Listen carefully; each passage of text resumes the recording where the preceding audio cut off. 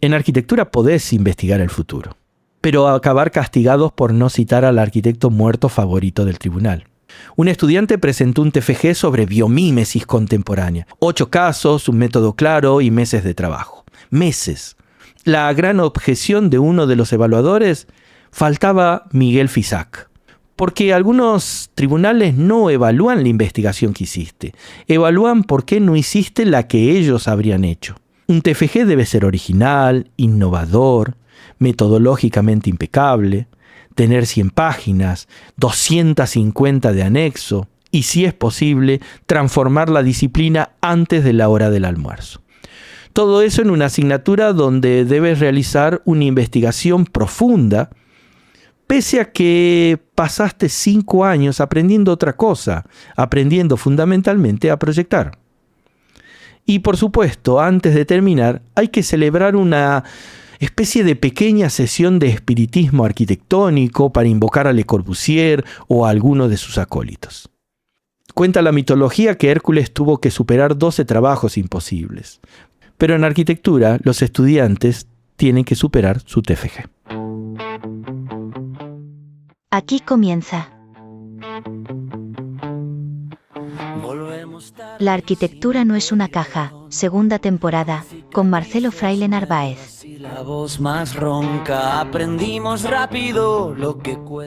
La arquitectura no es una caja. Un programa hecho con amor y sin miedo a incomodar.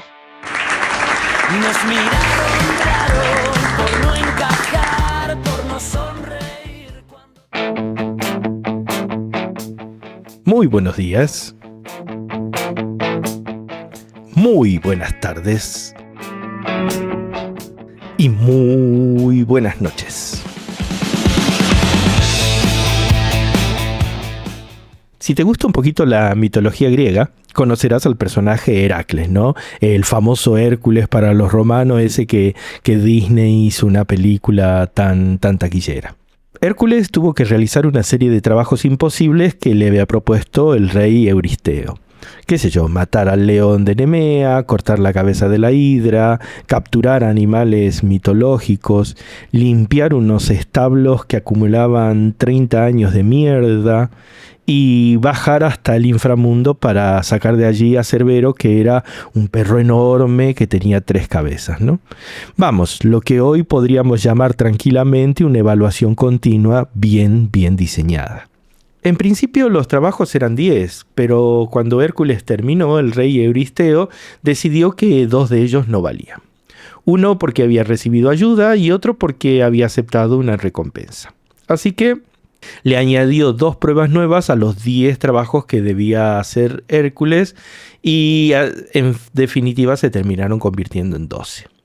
Euristeo no solo fue un rey despiadado, todos lo sabemos, fue posiblemente también el primer profesor de la historia que modificó la rúbrica después de que el estudiante hubiera entregado. Y mientras recordaba toda esta historia, pensé que en realidad los trabajos de Hércules se parecen bastante a los trabajos finales de grado en arquitectura. Solo que Hércules al menos sabía desde el principio que tendría que enfrentarse a un león, a una hidra y a un perro infernal, en tanto que los estudiantes llegan a la defensa sin saber si encontrarán delante a un tribunal razonable o a 3 criaturas mitológicas enfadadas porque no se ha citado correctamente a Le Corbusier. Hace poco asistí a una defensa de TFG. No formaba parte del tribunal, no tenía que evaluar nada y por una vez en la vida académica podía limitarme a observar sin tener que rellenar una tabla de Excel ni tener que hacer ningún trámite administrativo. Resulta que una persona conocida presentaba un trabajo relacionado con alguno de los temas que investigo, así que allí estaba yo sentado entre el público escuchando y, por supuesto, recordando inevitablemente mi propia presentación, ¿no? Los días previos, los madrugones, los nervios y ese extraño ritual universitario de preparar una exposición de 15 minutos, pero como si fueras para participar en el puto desembarco de Normandía, ¿no? En este caso era la última asignatura que le quedaba a este estudiante, 15 minutos, solamente 15 minutos la separaban de terminar la carrera y de que formalmente dejara de ser estudiante para convertirse en una colega. 15 minutos. Claro, yo te lo digo así, parece poco, pero cuando estás de pie frente a un tribunal con 3 personas mirando cada diapositiva como si pudieran encontrar las pruebas definitivas de un crimen, bueno, 15 minutos puede durar aproximadamente 2 eras geológicas. Ella estaba allí, elegante, preparada y con esa seguridad frágil que solo se consigue después de haber trabajado intensamente durante meses. Porque una cosa es estar seguro y otra cosa muy distinta es parecerlo mientras intentás controlar la respiración, recordar lo que viene después de la diapositiva 7 y evitar que el puntero láser revele que te está temblando la mano, ¿no? El tema del TFG era terriblemente ambicioso, estudiar la biomímesis y analizar qué impacto real estaba teniendo en la arquitectura contemporánea. No se trataba simplemente de recopilar edificios con forma de flores, huesos, caparazones, sonidos de pájaros, sino que el estudiante había seleccionado 8 casos y había definido un criterio de análisis, intentando construir una especie de estrategia que le permitiera comparar obras diferentes y entender de qué manera, observando estos sistemas biológicos, estaban o no influyendo en las decisiones de proyecto. Para un TFG, imagínense, era un tema terriblemente valiente porque hay una regla no escrita en las universidades que es que cuanto más interesante es la pregunta, más probabilidades existan de que alguien te recomiende cambiarla por otra cosa mucho más aburrida, pero metodológicamente manejable. Y sobre todo, perfectamente compatible con la jubilación intelectual del tribunal. Pero antes de seguir con la historia, creo que conviene explicar qué demonios es un TFG, porque el propio nombre ya contiene una serie de, yo le llamaría estafa semántica, porque un TFG significa literalmente trabajo final de grado. Y cuando uno escucha esa palabra, imagina una obra culminante, una síntesis de todo lo aprendido durante 5 años, una especie de gran ceremonia final en la que el estudiante tiene que demostrar que está preparado para enfrentarse al mundo profesional. Error, nada de eso. En muchas carreras de arquitectura, el TFG es una asignatura de apenas 6 créditos. 6. Escuchaste bien. Para ponerlo en contexto, en algunos planes de estudio hay asignaturas de dibujo a mano alzada, esa la de acuarelas o de expresión gráfica tradicional, que tiene el mismo peso o a veces incluso más. Hay asignaturas que llegan a 9 créditos. No tengo nada contra las acuarelas, es muy bonita, secan rápido y quedan estupendas enmarcadas. Pero resulta bastante difícil entender por qué una asignatura denominada trabajo final de grado, en la que se supone que el estudiante debe formular una pregunta, revisar bibliografía, diseñar una metodología, analizar casos, obtener resultados, discutirlos y redactar unas conclusiones, pueda tener una carga académica equivalente a aprender a pintar sombras con un pincel. La contradicción es todavía mejor y en serio, escucha esto. Durante buena parte de la carrera enseñamos a los estudiantes de arquitectura a proyectar. Les pedimos que diseñen viviendas, escuelas, museos, centros culturales y a veces cuando nos ponemos especialmente creativos aparecen estos edificios híbridos que combinan una biblioteca, un mercado, un vivero, un centro intergeneracional con coworking y no sé, una huerta urbana en la cubierta, ¿no? Pero cuando llegan al final del grado, les decimos que no. Ahora no tienen que proyectar nada. Ahora deben investigar. Pero en serio, ¿qué estamos todos locos? Además, en esta broma de mal gusto existe un pequeño detalle. En muchos casos, nadie les enseñó de manera sistemática a investigar. Sí, han buscado información para trabajos anteriores, han redactado memorias, han citado algunos libros, han utilizado, no sé, Google Scholar, Academia, con mayor o menor fortuna. Pero decir que equivale eso a una formación en investigación es como afirmar que porque cocino en mi casa estoy capacitado para dirigir la cocina de un restaurante de 3 estrellas Michelin. A ver, conozco cómo se usa un sartén, sé que el fuego quema y en ocasiones hasta salen comidas que parecen ricas y comestibles. pero quizás todavía haya cierta distancia entre preparar unos espagueti y gestionar una cocina profesional, ¿no? Y así construimos la primera prueba de Hércules. Exigimos al estudiante que realice una investigación rigurosa sin haberles proporcionado una formación rigurosa en investigación. Porque después viene la segunda. Le asignamos 6 créditos, pero esperamos que el resultado tenga la originalidad de un artículo científico, la extensión de una tesis de máster, la solidez metodológica de una investigación doctoral y, de ser posible, la capacidad de transformar la disciplina, todo eso antes de la hora del almuerzo.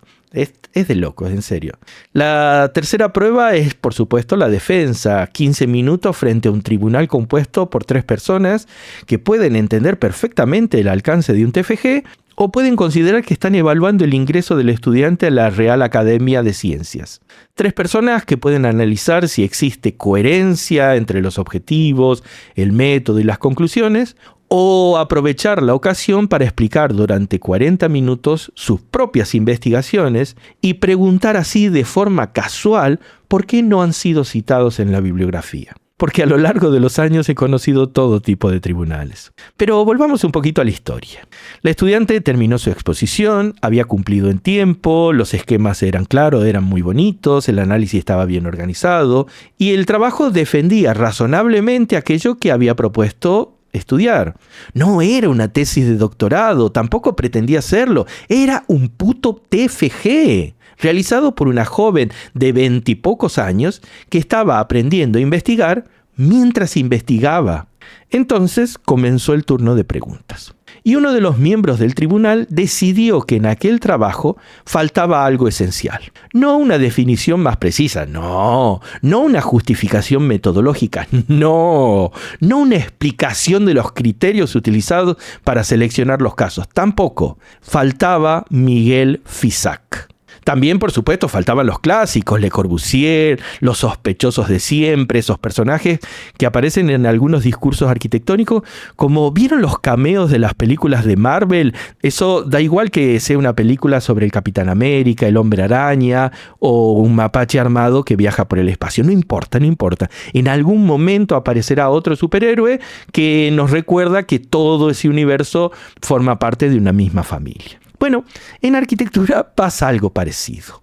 Podés estar hablando de fabricación robótica, inteligencia artificial, biomateriales, arquitectura espacial o sistemas adaptativos, pero siempre existe la posibilidad de que alguien levante la mano y pregunte ¿qué decía Le Corbusier sobre este tema? Probablemente nada, porque murió en 1965, pero eso jamás ha impedido que su fantasma continúe participando en los tribunales. Así que aquí comienza realmente este episodio.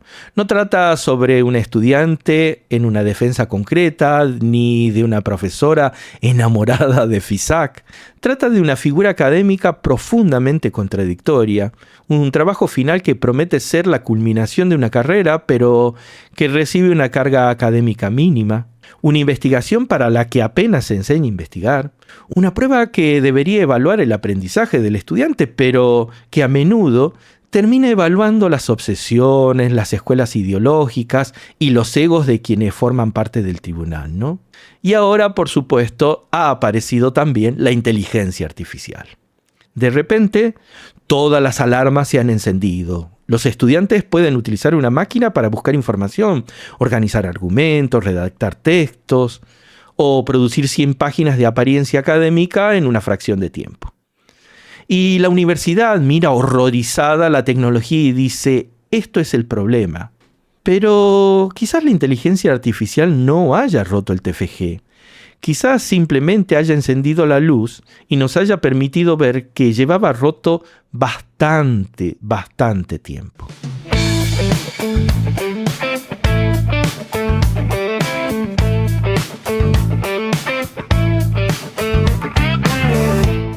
Lo primero que tendríamos que preguntarnos quizás sea ¿qué demonios esperamos exactamente de un trabajo final de grado? Porque ahí comienza buena parte de los problemas. El nombre suena a culminación, a síntesis, a gran cierre ceremonial, trabajo final de grado. 4 palabras que parecen anunciar una especie de obra definitiva, el momento en que el estudiante reúne todo lo aprendido, lo condensa y demuestra que está preparado para el mundo. Suena como si fuera la última prueba antes de abandonar la academia, salir a la vida profesional con una carpeta bajo el brazo, una mirada profunda y la esperanza todavía intacta.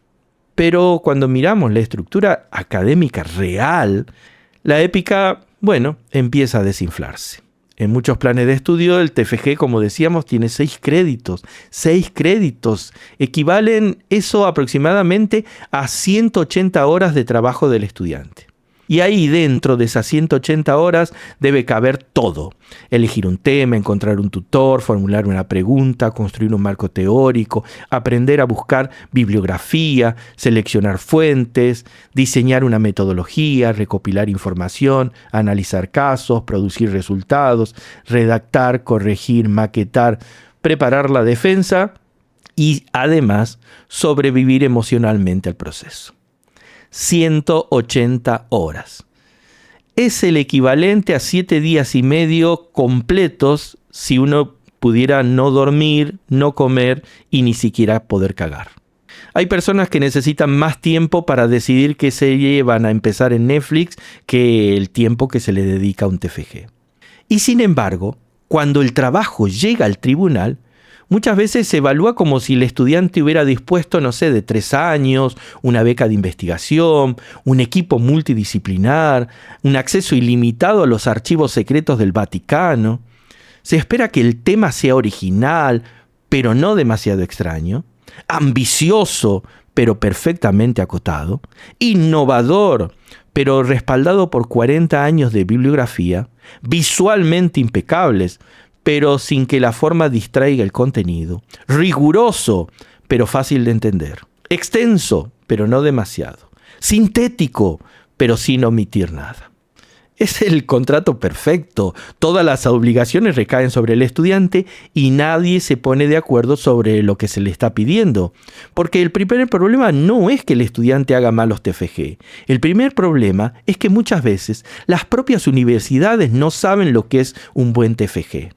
Cada profesor tiene una idea distinta. Para algunos debe ser una pequeña síntesis científica. Para otros, una especie de revisión bibliográfica. Para otros, un ensayo crítico. Para otros, una recopilación ordenada de referentes. Para otros, una memoria técnica. Y para algunos debería ser en secreto, por supuesto, el artículo que ellos nunca tuvieron tiempo de escribir, pero realizado gratuitamente por un estudiante que todavía no sabe muy bien la diferencia entre una hipótesis, un objetivo y una pregunta de investigación. El resultado es que 2 trabajos similares pueden recibir evaluaciones completamente distintas que dependen solamente del tribunal. Un tribunal puede valorar un trabajo por su capacidad de síntesis, mientras que otro lo castigue precisamente por ser demasiado sintético. Un trabajo puede recibir elogios por un tribunal por acotar el tema, en tanto que otro tribunal puede decir que su alcance es limitado.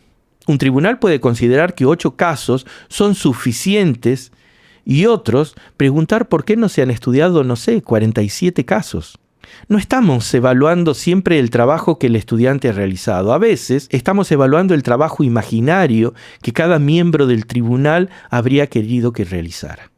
Y eso es profundamente injusto. Un TFG no puede evaluarse preguntando si el profesor habría elegido los mismos autores, los mismos casos o la misma metodología.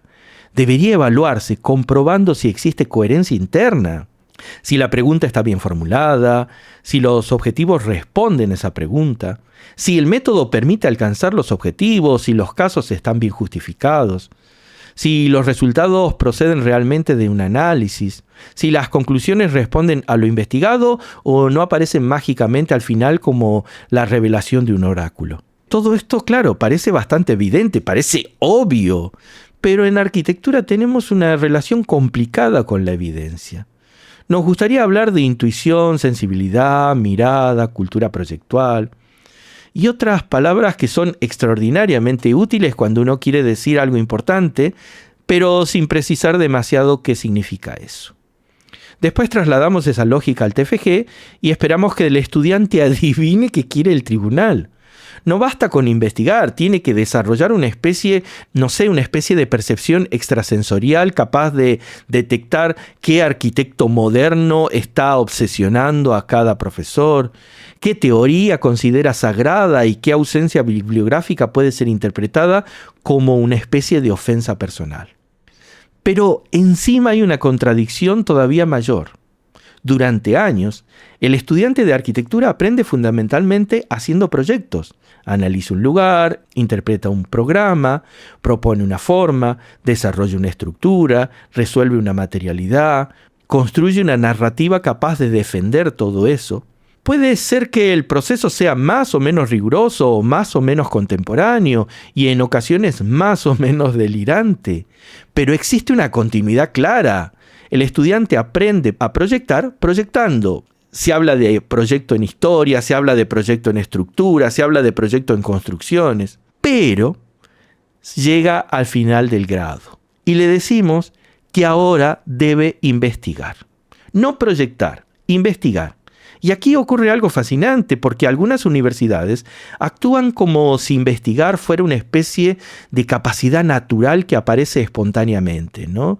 Una capacidad que aparece después de superar cierto número de créditos, como si un estudiante se despertara por la mañana después de aprobar, construcciones, estructuras y proyectos, y descubriera que durante la noche mientras dormía, ha adquirido el dominio de la epistemología, la metodología científica, la revisión sistemática, el análisis cuantitativo. Pero investigar no es buscar cosas en Internet. Investigar tampoco es leer 5 libros, 10 o 100, subrayar algunas frases y ordenarlas de manera elegante. No es juntar antecedentes, ponerle título y llamar a eso marco teórico. No es seleccionar edificios que nos gusta y describirlos uno detrás de otro. Y desde luego, no es escribir primero las conclusiones y construir después el trabajo que parezca conducir hacia ellas. Investigar implica formular un proyecto que pueda ser abordado, diseñar una estrategia para producir conocimiento sobre ese problema y aceptar que los resultados pueden contradecir lo que uno esperaba encontrar. Nada de eso es imposible para un estudiante de grado. Al contrario, puede aprender y hacer trabajos extraordinarios, pero hay que enseñárselos. Y ahí aparece una de las grandes hipocresías del sistema. Cuando un TFG está mal formulado, decimos que el estudiante no sabe investigar. Cuando la bibliografía es débil, decimos que el estudiante no ha buscado lo suficiente. Cuando la metodología es confusa, decimos que el estudiante no ha entendido cómo se construye una investigación. Pero rara vez nos preguntamos en qué momento concreto de la carrera le hemos enseñado todo eso. Porque una cosa es incluir trabajos de investigación dentro de una asignatura y otra muy distinta es enseñarles a investigar. En muchas materias se pide al estudiante que haga un trabajo, busque información, prepare una presentación y cite algunas fuentes. Eso, claro, puede ser útil, por supuesto, pero no constituye necesariamente una formación metodológica. También puedo pedirle a alguien que construya una silla de madera y eso no significa que le estoy enseñando carpintería. El problema es que el TFG convierte esa carencia formativa en una responsabilidad individual del estudiante. La universidad no enseña de manera sistemática cómo formular una hipótesis, pero el estudiante debería saberlo. No explicó cómo se justifican los criterios de selección de una muestra, pero el estudiante debería justificarla. No enseña a distinguir entre una fuente académica, una noticia, una página de promoción, un blog de una empresa que vende, fachadas sostenibles, pero después penaliza que aparezcan todas mezcladas en la bibliografía. Es como si llevaras a alguien hasta el borde de una piscina, le explicás durante 4 años la historia del agua, sobre la composición química, y en el último semestre lo empujás dentro y le gritás: ahora, móstrame que sabes nadar. ¿Qué cojones? ¿En serio? Y aquí es donde la figura del tutor se vuelve obviamente decisiva, porque en teoría el tutor acompaña al estudiante, le ayuda a acotar el tema, a construir el método, a ordenar el proceso y a evitar que el trabajo se convierta, en una especie de agujero negro de la información. Pero en la práctica hay tutores extraordinarios que hacen exactamente eso, Pero hay otros que desaparecen durante meses, responden los correos cuando Mercurio deja de estar retrógrado y reaparece 3 días antes de la entrega para preguntar por qué el documento no está terminado. También existen los tutores que no acompañan, sino que colonizan. El estudiante llega con una idea y después de varias reuniones descubre que está investigando exactamente aquello que el tutor quería investigar. Le cambia el tema, cambia la bibliografía, cambia el método y en ocasiones cambia hasta el vocabulario. El TFG deja de ser un proceso de aprendizaje y se convierte, en una especie de pequeña extensión de la producción académica del director.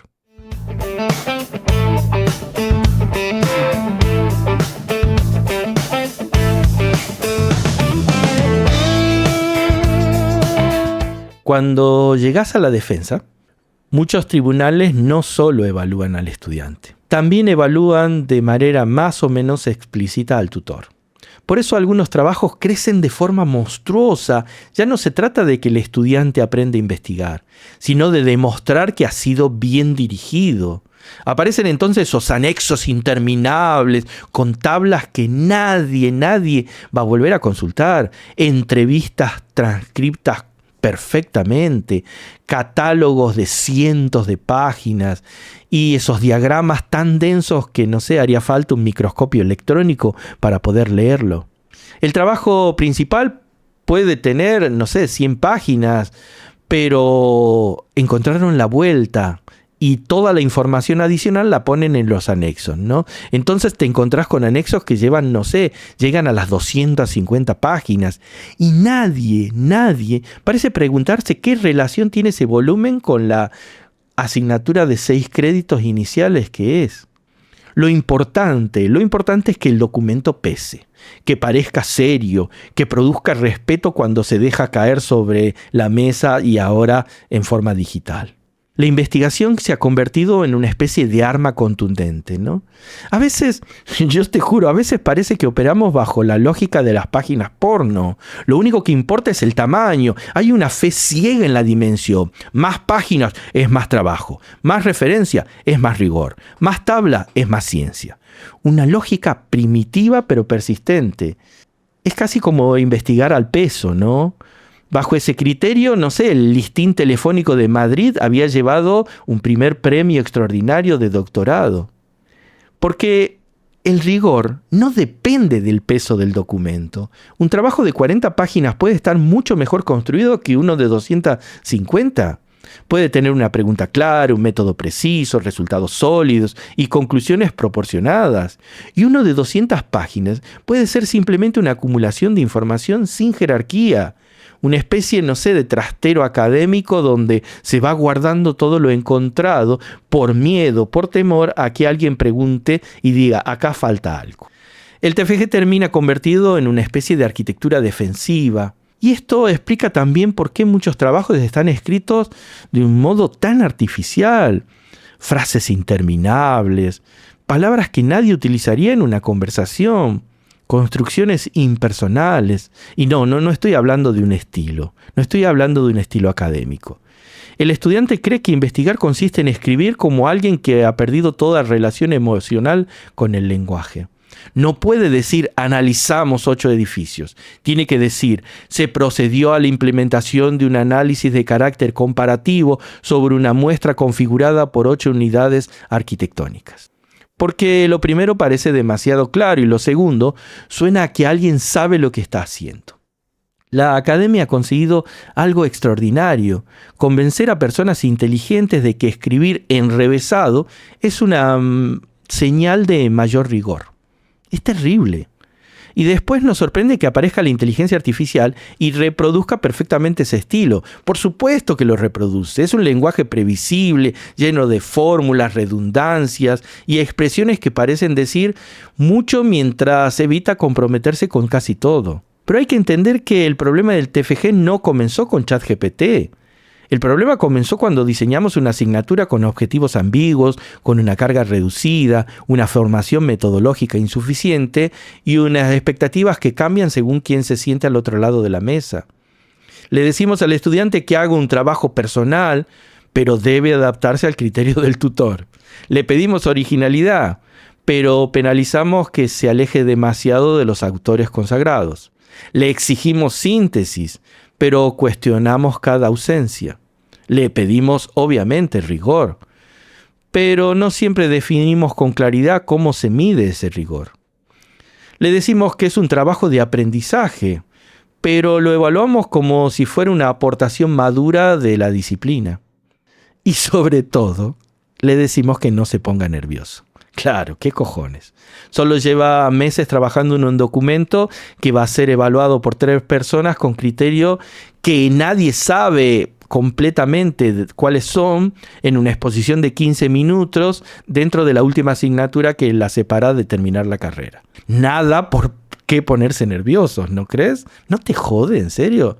Hagas lo que hagas, siempre existe un posible monstruo esperándote detrás de las siguientes diapositivas.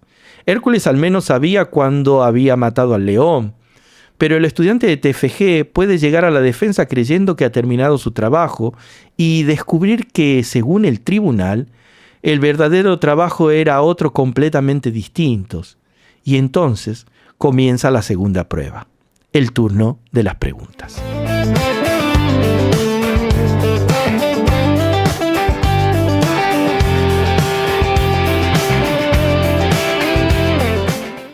El turno de preguntas debería ser, en teoría, el momento más interesante de una defensa, porque el estudiante ya ha presentado su trabajo, ha explicado lo que quería estudiar, cómo lo hizo y, por supuesto, qué descubrió. A partir de ahí, el tribunal debería ayudar a poner a prueba esa investigación, pero no para destruirla, sino para verificar si esa investigación se sostiene, si las decisiones tuvieron sentido, si los resultados proceden realmente del método, si las conclusiones responden a la pregunta inicial, incluso para mostrarles al estudiante algunas posibilidades que quizás no haya visto. Eso es, por supuesto, la teoría, pero en la práctica, el turno de preguntas puede convertirse en cualquier cosa.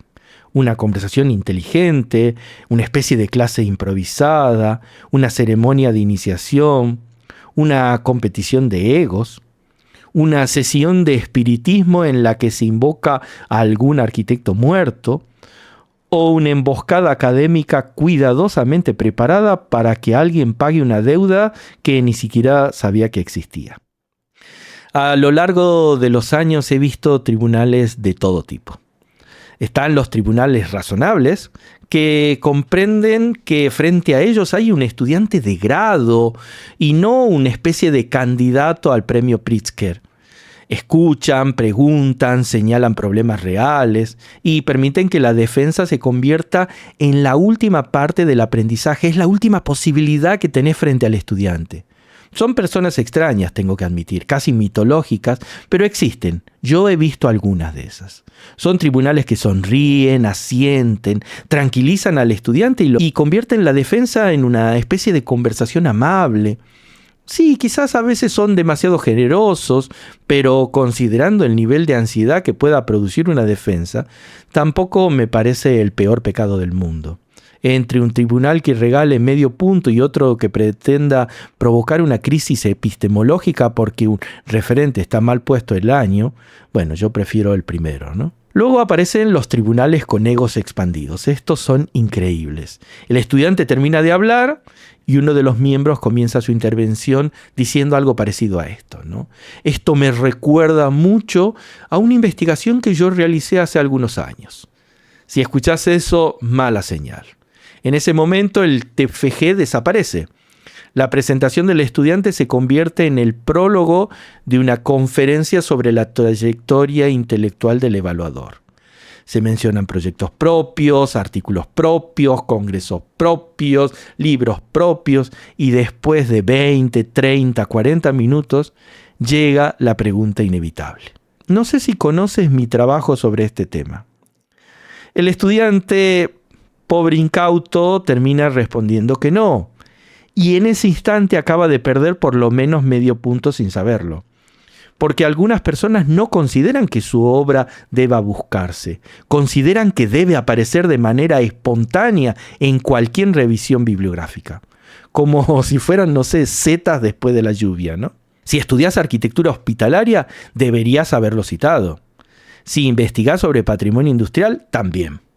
Si tu trabajo trata sobre las colonias humanas en Marte, bueno, seguramente tiene un documento publicado un día martes en las actas de un congreso celebrado en Cuenca en el 2009. Así que también tenés que citarlo. También están los tribunales de la Santa Inquisición de la metodología. No importa demasiado si el trabajo tiene buena pregunta, una estructura clara o resultados interesantes. Lo que realmente importa es saber si todas las referencias cumplen escrupulosamente la 7ª edición de las normas APA. Una cursiva incorrecta, bueno, yo creo que puede poner en peligro toda la formación que ha recibido este estudiante. Una coma ausente puede abrir grieta en los fundamentos mismos del conocimiento de Occidente. Y ojo, no estoy diciendo que las citas no importen muchísimo. Permiten saber de dónde procede una idea, comprobar una afirmación, distinguir el conocimiento propio del ajeno. Pero una norma de citación es una herramienta, no una religión. Si el mayor problema que encontramos en un TFG es el nombre de una revista que no está en cursivas, quizás entonces el trabajo no está tan mal, ¿no? O quizás el tribunal no tenga nada demasiado interesante que decir.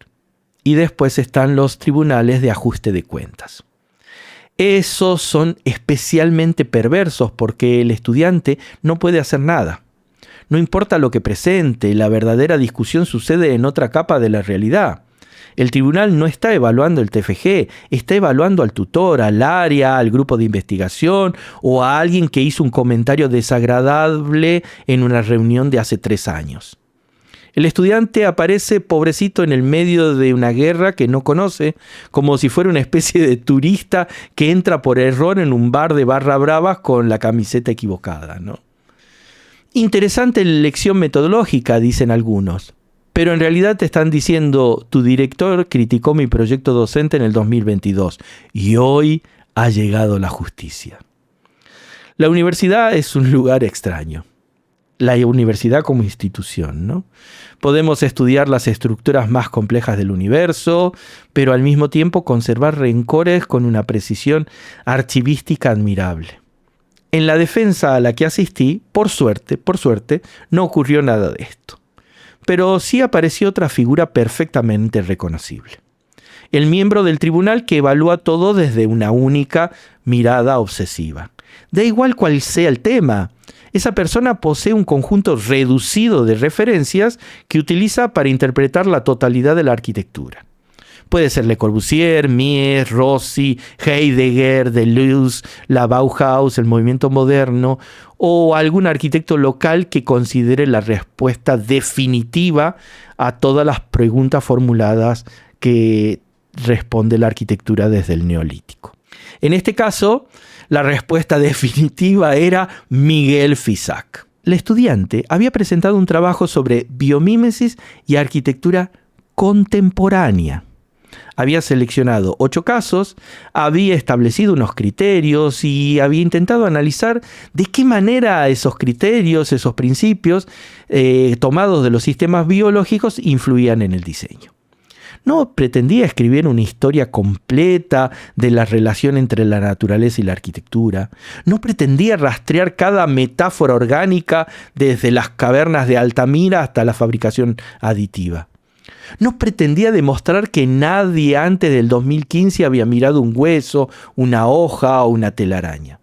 Había formulado una pregunta concreta. Pero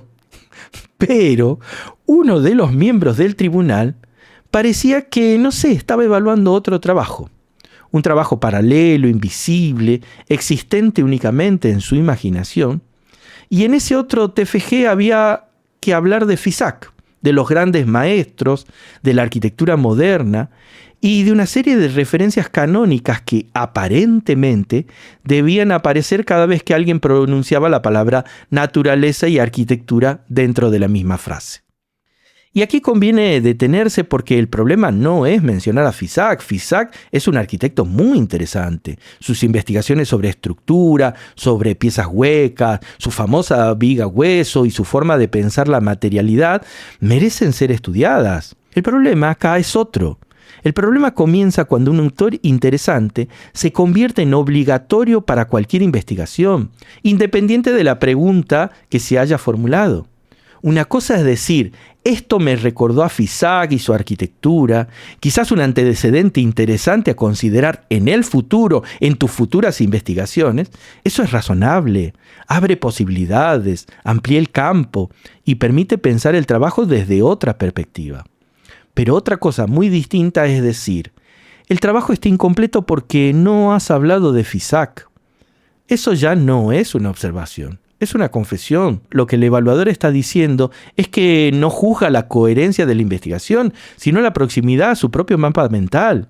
Y ahí aparece uno de los mayores vicios de los tribunales, confundir ausencia con error. Todo TFG deja cosas fuera. Tiene que hacerlo, son 100 páginas como mucho. Investigar significa seleccionar significa excluir. Si un trabajo sobre biomímesis contemporánea estudia 8 casos, existen cientos de edificios que obviamente no aparecerán. Hay autores que no se mencionan, antecedentes que no se desarrollan y líneas de investigación que quedan abiertas. Eso no constituye automáticamente una carencia, solo es una carencia cuando aquello que falta es necesario para responder a la pregunta planteada en el TFG. Esto parece una discusión elemental, pero no siempre lo es. Si estudias el comportamiento térmico de determinadas fachadas adaptativas, no tienes por qué escribir una historia completa del muro cortina. Si analizas estrategias de crecimiento algorítmico en 8 proyectos recientes, no estás obligado a explicar toda la geometría desde Euclides. Si estudias biomateriales en arquitectura contemporánea, no necesitas comenzar con la cabaña primitiva y pedir disculpa a Vitruvio antes de avanzar.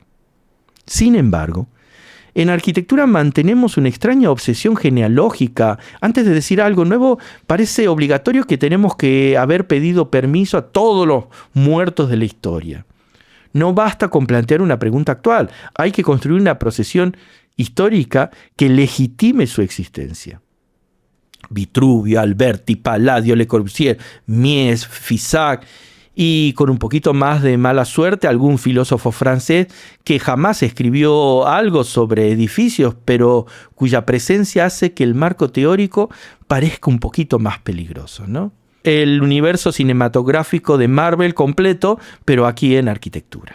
Da igual cuál sea la película, siempre tiene que aparecer el cameo de alguno de los personajes principales para recordar que todos pertenecen a la misma franquicia. Podés estar hablando de robótica, pero en algún momento alguien mencionará la máquina de habitar. Podés investigar sobre inteligencia artificial y alguien preguntará qué relación tiene con el modulor. Podés presentar un sistema de construcción para la Luna y aparecerá una persona seriamente preocupada porque no has explicado la influencia y su relación con la casa Farnsworth. No importa que la referencia sea útil, no importa. Lo importante es que aparezca.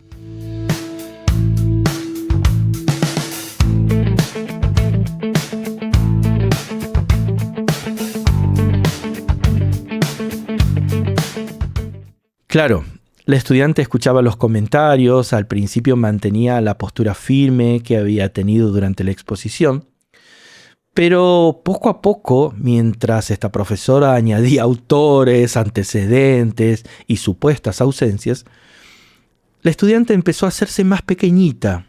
Es curioso cómo ocurre eso, porque una persona puede estar perfectamente erguida y sin embargo encogerse delante de tus ojos. Baja un poco la cabeza, junta las manos y deja de mirar al tribunal y comienza a preguntarse si todo lo que ha hecho durante meses estaba mal. Y eso es lo que más me molesta de algunos tribunales. No la dureza, un tribunal puede ser duro y justo. Puede detectar fallos serios, cuestionar una metodología y exigir una respuesta. El problema es la arbitrariedad, hacer que un estudiante dude de su trabajo no porque existe un error real, sino porque no adivine cuáles eran las obsesiones privadas de las personas que tenían delante. En su comentario, la profesora señaló además que los casos que este estudiante había presentado eran prototipos y que no había presentado ejemplos concretos. Te juro que cuando yo escuché esto se me erizó la piel. No porque todos los casos fueran perfectos o fueran valiosos o no sé. No porque un prototipo sea automáticamente validable, sino porque cuestionar un trabajo por estudiar prototipos dentro de un campo emergente es una forma bastante eficaz de garantizar que siempre lleguemos tarde al futuro. Un prototipo no es una fantasía, es una herramienta de conocimiento. Permite ensayar hipótesis, probar materiales, verificar un comportamiento, detectar errores, producir información antes de que algo se generalice. La arquitectura moderna está llena de prototipos, viviendas experimentales, sistemas constructivos ensayados y propuestas que solo más tarde se convirtieron en edificios reconocibles. Muchas de las obras que hoy tratamos como precedentes inevitables comenzaron siendo experimentos inciertos. ¿No te suena acaso la casa Citroën? Lo curioso es que la propia arquitectura que algunos profesores veneran no habría existido si alguno hubiera dicho: esto todavía no es un edificio consolidado, así que no merece ser estudiado. Y además, esto es loco, la crítica contenía una contradicción bastante divertida, porque se le estaba exigiendo al estudiante ejemplos construidos que validaran la biomímesis contemporánea. Pero, al mismo tiempo, se reclamaba la presencia de autores históricos cuyos trabajos experimentales se celebraban precisamente porque anticiparon esas posibilidades. ¿Entendés? El prototipo era sospechoso cuando lo hacía alguien joven con herramientas digitales, pero se convertía en obra maestra visionaria cuando había envejecido lo suficiente como para aparecer en un manual. Había además algo especialmente absurdo en todos los comentarios. La estudiante no estaba afirmando que aquellos proyectos fueran soluciones definitivas ni modelos universales transferibles. Lo estaba analizando precisamente para determinar hasta qué punto las promesas de la biomímesis producían impactos reales en el diseño. El trabajo no celebraba acríticamente los casos, lo utilizaba como objeto de estudio. La defensa, por suerte, continuó y afortunadamente los otros miembros del tribunal fueron capaces de devolver la discusión a su escala real. Pero también entendieron algo elemental, creo yo. Era un puto TFG, no una tesis doctoral. No era una historia definitiva de la biomímesis. No era el documento fundacional de una nueva disciplina. Era un trabajo de grado, desarrollado en unos meses, con recursos bastante limitados y realizados por un estudiante que estaba aprendiendo a investigar durante el proceso de investigar. Y esto no significa bajar el nivel, significa evaluar con justicia, porque existe una diferencia enorme entre exigir rigor y exigir omnisciencia. El rigor implica que el estudiante explique qué hizo, por qué lo hizo, qué encontró y cuáles son los límites de su resultado. La omnisciencia exige que conozca todos los autores, todos los casos, todas las teorías y todas las posibles objeciones que puedan aparecer en la mente de 3 personas el día de la defensa. Pero por suerte terminó todo bien, la estudiante aprobó 15 minutos después de comenzar la exposición y tras sobrevivir a este interrogatorio, dejó de ser estudiante para convertirse formalmente en arquitecta. Pero yo me quedé pensando en lo que había ocurrido, porque un tribunal no debería evaluar la obediencia intelectual del estudiante, no debería comprobar si comparte su canon, su gusto, sus autores o su manera de entender la arquitectura. Debería evaluar si ha construido la estudiante un argumento coherente, si puede defenderlo y si comprende sus límites. Puede cuestionarlos con dureza, por supuesto, obviamente, pero la crítica debe salir del trabajo, no de la nostalgia del evaluador. El tribunal no está allí para demostrar que sabe más que el estudiante, eso ya se supone. Tampoco para rehacer el TFG en 15 minutos, ni para demostrar que ellos habrían elegido otros 8 casos, otros métodos y otro título. Están para comprobar si el estudiante aprendió algo durante el proceso y si puede sostener intelectualmente aquello que presenta. Parece fácil, pero para hacer eso hay que hacer algo tremendamente difícil, y es dejar el ego fuera de la sala.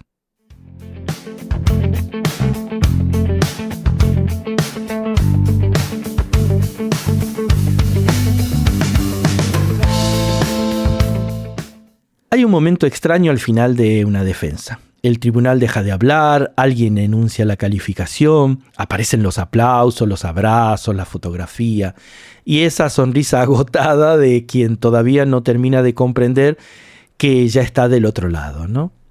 Durante unos segundos todo parece importante, la nota, la mención, el comentario del tribunal, la diapositiva que puede haberse trabado, aquella respuesta que podría haber sido mejor. Pero después pasa el tiempo y casi todo eso se vuelve pequeño. Nadie construirá mejor porque una referencia estuviera escrita en cursivas. Nadie comprenderá mejor la ciudad porque su TFG tuviera 2 anexos más. Nadie será mejor arquitecto porque consiguió pronunciar 3 veces marco epistemológico sin atragantarse.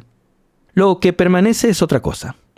Permanece haber sostenido una idea propia frente a otras personas, haber aprendido a desconfiar de las primeras respuestas, haber descubierto que una intuición puede ser brillante y al mismo tiempo estar equivocada, haber aceptado que pensar no consiste en acumular certezas, sino en construir preguntas capaces de resistir un poco más que nosotros. Eso debería ser un trabajo final. No una prueba de obediencia, no un monumento al tutor, no una carrera de resistencias para comprobar cuántas páginas puedes producir una persona antes de perder el deseo de vivir. Debería ser el momento en que la universidad de alguna forma le dice al estudiante: hasta aquí te hemos enseñado a responder, pero ahora queremos saber qué pregunta tú eres capaz de construir. Porque una profesión no avanza cuando todos conocen perfectamente la respuesta del pasado. Avanza cuando alguien se atreve a formular una pregunta que todavía incomoda. Y quizás ese sea el verdadero problema de algunos tribunales. No que sean exigentes, sino que ya conocen de antemano todas las respuestas que están dispuestos a aceptar. Quieren innovación siempre que se parezca a lo que ya conocen. Quieren pensamiento crítico siempre que no critique nada importante. Quieren jóvenes capaces de transformar la disciplina, pero procuran que antes pidan permiso, citen a los santos correspondientes y no muevan demasiado los muebles. Eso no es formar arquitectos, es fabricar continuadores. La universidad debería exigir exactamente lo contrario, el lugar donde uno puede equivocarse a gran escala antes de que los errores tengan consecuencias irreversibles. Porque aprender no es salir indemne de cada experiencia. Aprender es poder explicar por qué algo no funciona y qué cosa vas a hacer de otro modo para que la próxima sí funcione. Quizás por eso me impresionó tanto ver a aquella estudiante frente al tribunal. No porque su trabajo fuera perfecto, ningún trabajo de TFG es perfecto, porque no lo necesita. Me impresionó porque allí había alguien intentando ordenar un problema demasiado grande, construir un método y defender una posición propia, mientras algunas personas decidían que aquello no era suficiente. Y en ese momento comprendí algo. La persona que estaba siendo examinada no era solo ella. También estaba siendo examinada la profesión, las universidades, la educación. Se examinaba nuestra capacidad para reconocer una idea aunque no hablara nuestro idioma, nuestra capacidad para distinguir una debilidad real de una simple diferencia de criterios, nuestra capacidad para aceptar que alguien más joven pueda mirar hacia un lugar que nosotros ya no comprendemos. Nuestra capacidad, en definitiva, para no confundir experiencia con autoridad absoluta. Porque ser profesor no significa haber llegado al final del conocimiento. Significa que ocupás temporalmente una posición desde la que deberías ayudar a otros a llegar más lejos que nosotros. La educación tiene sentido cuando el estudiante deja de necesitarnos, cuando puede discutirnos, cuando encuentra una grieta en nuestros propios argumentos, cuando utiliza herramientas que nosotros quizás todavía no dominamos y formular problemas para los que nuestras viejas respuestas ya no nos sirven. Eso debería celebrarse, no castigarse. Y si alguno usa la inteligencia artificial, otros fabricarán robots, cultivarán materiales, simularán ciudades, programarán sistemas generativos o harán cosas que ahora nos parecen impropias de la arquitectura. Mejor. La disciplina no necesita más guardianes preocupados por conservar intacto el mobiliario pasado. Necesitamos personas capaces de abrir ventanas. El futuro no llega pidiendo permiso al tribunal. No presentará una memoria perfectamente maquetada, no respetará nuestras áreas, nuestras asignaturas, ni nuestras pequeñas fronteras intelectuales. Entrará por donde pueda, mezclará disciplinas, construirá o destruirá categorías y dejará obsoletos muchos de los rituales que hoy defendemos como si fuera una especie, no sé, de leyes naturales. La pregunta no es si podemos impedirlo, la pregunta es qué papel queremos ocupar cuando esto ocurra. Podemos convertirnos en los profesores que exigen a cada generación reproducir el mundo que nosotros aprendimos. Pero también hay otro camino. Podemos hacer algo mucho más difícil. Podemos escuchar, podemos enseñar métodos sin imponer destino, exigir rigor sin exigir obediencia, señalar errores sin aplastar a quienes lo cometen. Reconocer que no comprender inmediatamente una idea no significa que esa idea esté equivocada. Y lo más importante, aceptar que quizás el trabajo más valioso de un estudiante no sea aquel que confirma lo que sabemos, sino aquel que nos obliga a admitir que ya no sabemos lo suficiente. Al final de la historia, cuenta la mitología, que Hércules superó los 12 trabajos y dejó de servir al rey que se los había impuesto.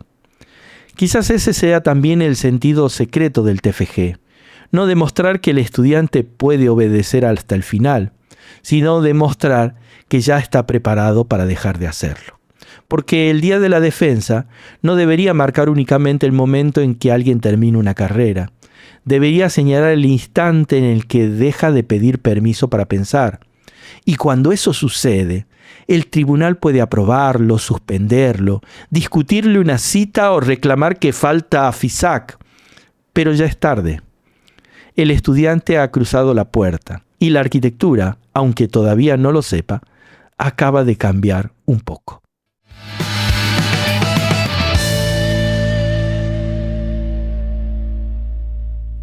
Postdata.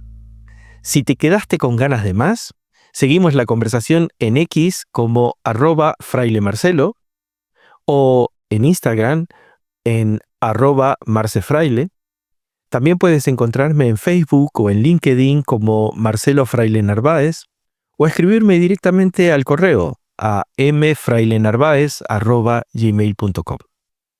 Tus comentarios, like y reseñas son el combustible que mantiene vivo este proyecto y que lo ayudan a crecer. Gracias por escuchar, por estar al otro lado y por seguir creyendo que la arquitectura puede ser algo más que una caja. Pórtense bien, sean felices y nos vemos pronto. Un gran abrazo. Chau. Has escuchado La arquitectura no es una caja, con Marcelo Fraile Narváez.